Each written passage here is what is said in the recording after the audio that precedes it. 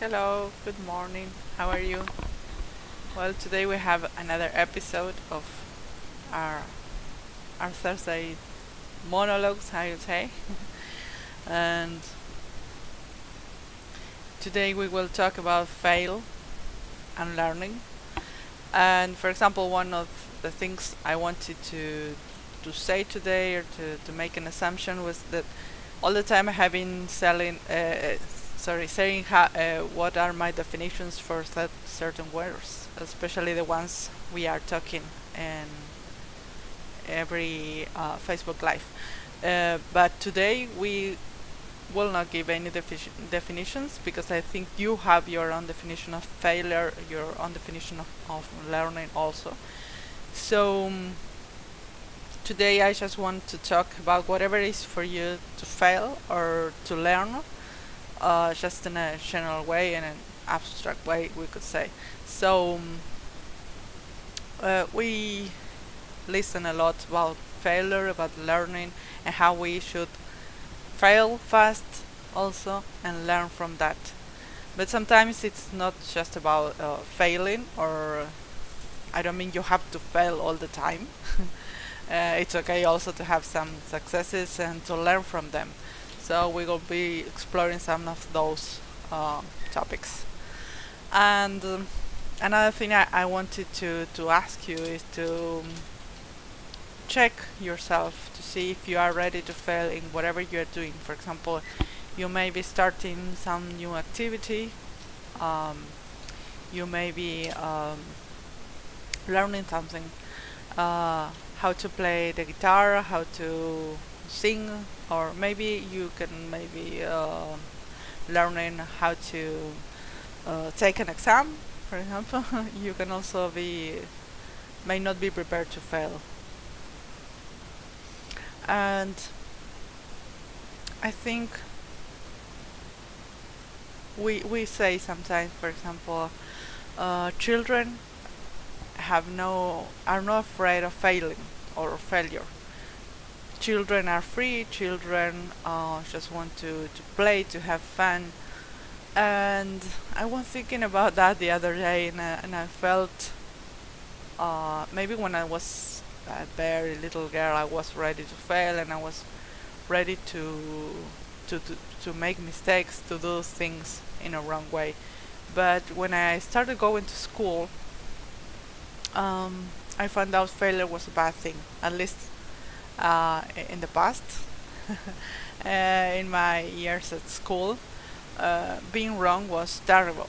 You had to be right all the times, otherwise you were a dumb student.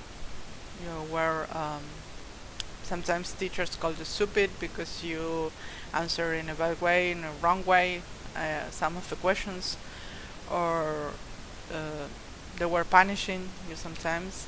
When my mom, for example, went to school, they were punished because they didn't know the answers and those kind of things. Their teacher actually give them some punches, or maybe taking their hair and those kind of things.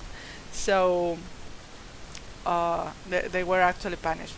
So I think today we are now talking about this topic, which is really important because failure, we all fail. Uh, we have all failed, I think, in some things we have done. I'm sure of that, unless you are a baby who is listening to this. But you have failed in something, I'm sure, in an exam, while playing something, while learning to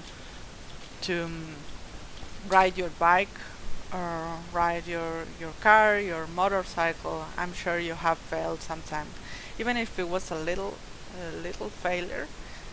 You know what it feels like, and so we are actually ready to fail. But the thing is, we sometimes don't want to accept that failure as part of learning or as part of even life. If we cannot learn anything from a failure, it's just something that happens also in life. So, hello Gibson. um, I think that we are at least my generation, or at least me, I can talk for me. um, I was so used to being right all the time and being, I don't know, the star student. I had to have all tens. Here in Argentina, the graduation is not A but 10. So I was so used to being the star, or being the excellent student, and I couldn't get anything wrong. And that was actually kind of a failure in my life as an adult, because I started to understand other things that I have other failures. For example, in communication, I was a terrible communicator. When I had to lead a team, or when I had to explain something to a colleague, or when I had to do some other things, I failed. And it was kind of hard because, yeah, hello Gibson, I have noticed you. Thanks for being here. And we are sometimes not used to failure, or to have this kind of backsets or backdraws in our lives. And as I was saying, failure is part of life. So we have to get used to it and see what we can learn from those failures. Um, if you have children, that's especially um, a point of attention for you to have, to let them fail, to let them be prepared to fail in a safe environment, of course. You can set up certain conditions for them to fail, and also teach them how to be prepared for that, because that's part of life. So, um, about failing in a safe environment, I would say the other day I was luckily enough part of a play. There is this school of music that I'm attending to. I'm trying to sing. And I say trying because I'm failing so much right now. I am learning a lot, but I'm also failing. So I went to see the other students from the school, and they were great. And some of them were nervous, of course, because it was their first show, their first time on the scenario, and they felt sometimes a bit nervous and also failed. I was so surprised because there were two students that said, okay, this is not going anywhere, I'm just failing and I'm so nervous, and I will start again from zero. And I was so amazed because they were almost children, and they were so young and saying that they were failing. And I thought that back then in my time it would have been terrible to fail in that situation in front of everybody, with so many people watching you, and you have to say I have failed. For me it was completely unthinkable at the time. And I was kind of relieved that children were able to say that and just be fine and start over their songs and the things they were doing. Some of them were playing the guitar, some others were playing the piano, and I said, "Wow, that's incredibly nice," because they are just learning, and it's just a show for the school, and there were the parents, there were the family just there, and other people watching, but it wasn't also I don't know, it wasn't just a big concert or something. It was for them and to them to present the things they had been learning. So I was actually encouraged from that situation to speak about failure and how things had gone in the past. As I was saying, sometimes ago, not so long ago, maybe 50, 60 years ago, teachers used to, or even in my age, some teachers used to punish you. And that was not nice at all, because what you learn is you cannot fail ever, ever, ever again. And I think if you are ready to fail, you have also, well, you don't have to, but it's a good thing to be able to learn from the situation you're in. So maybe I think I'm not sure if you can learn from every single way, step you fail or thing you fail in, but I'm sure there are so many things we can learn from when we, even when you go to, I don't know, to the shop and you find that you have bought something you maybe you didn't need, and in the future just pay attention that in the future that maybe it's not necessary for you to buy, or maybe you bought the wrong product. Just that little thing is a learning. And if you start from those little things onwards, and you start building uh, new ideas, new learnings, you will see the progress on yourself. It's just for you to learn. So another thing I was thinking about that sometimes we learn and we get so attached to those learners. We say, okay, I have learned this, and this is what will follow with me for the rest of my life. Um, Maybe you have learned that some people are, I don't know if you are a girl, maybe you have learned that men are terrible people, that they, I don't know, they are alcoholic, or because just all the men in your life have been that way. But that doesn't mean that you have to bear with this concept for the rest of your life. Maybe just was a learning in a certain context. I always talk about context because it's very important where you are in and what has happened in the past. It doesn't have necessarily to replicate in your life in the future. So just be aware of that, not to not get attached to your learnings, to your past learnings. We had also been talking a bit about wisdom, that I think wisdom is things I have learned from the past, that I'm carrying with me for the future. So um, I'm reading here what Gibson says. Safe environment means one won't be blamed or punished, or capable to face failure. Yeah. For example, economically tolerant to failure once, even no return from investment as an enterprise, for example. Yes, that's right, Gibson. Yeah. Um, that's exactly a safe environment I was talking about. You have maybe in this case, as I was saying, the school of music. It was a safe environment because the place, it was just your family and your friends and people who knew you, and it wasn't just huge concert that the people had paid a lot of money to be in. And even in that context, you can fail too and learn from that. But it was a safe environment in this case. And also a safe environment could be your classroom. If you are a teacher, you may want to have your children that fail before you take the exam. For example, before you take an exam, you give them some ideas, some questions, some things to work with, so they can fail and can learn from that. There's a very nice story. I don't know if you have heard about it. Maybe you have, about a teacher, ceramics teacher, that told the students to experiment with the clay. They were playing and were doing things, and they were doing some bases.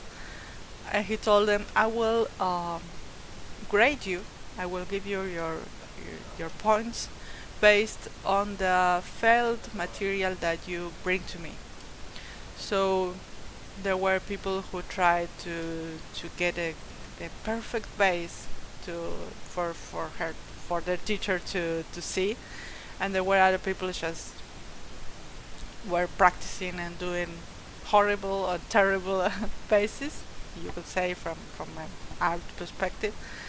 And the teacher actually gave more grades to the people that had all those failures, because at last they were the ones that could handle the I don't know how it's called, the thing where you play with clay and you make the ceramics. And what that was the learning. that you can fail and fail and fail, but you will also in each fail, in each failure, in each time you fail, you can extract some wisdom, some ideas, some from practice. You can understand more how things work in that particular context. Um,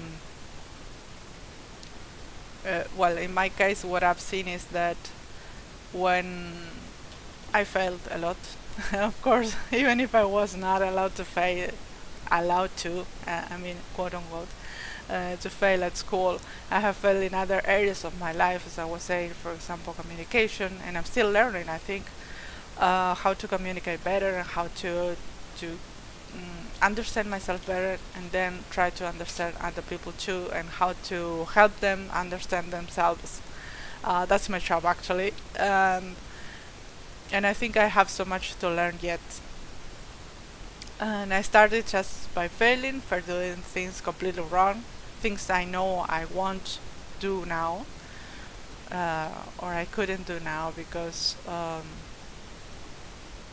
I realized they were in the past so bad for people. For example, like yelling to people or calling them, maybe sometimes insulting them because they weren't learning or they weren't learning the way I wanted them to learn. And well, I have learned also how to treat people better, how to um, be able to communicate, I think, a little more precisely, or maybe not more precisely, but to treat each people or each person they want the way they want to be treated. So yes, we fail every day, as Gibson says, and well, that's just life, right? We fail, and we fail at everything almost.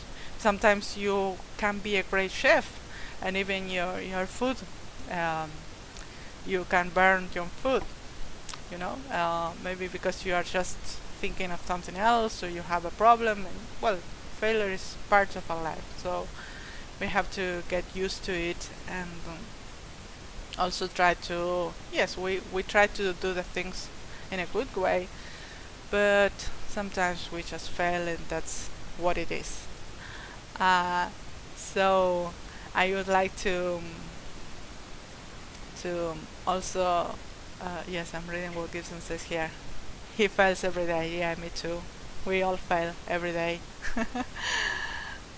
um, well, the thing is, if you can, for example, we had a failure in some aspect of our life.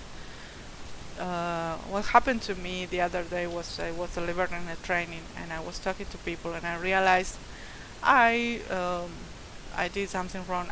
At the end of the day, of course, I didn't realize it at the moment, because otherwise I would have been able to somehow try to explain things in a better way.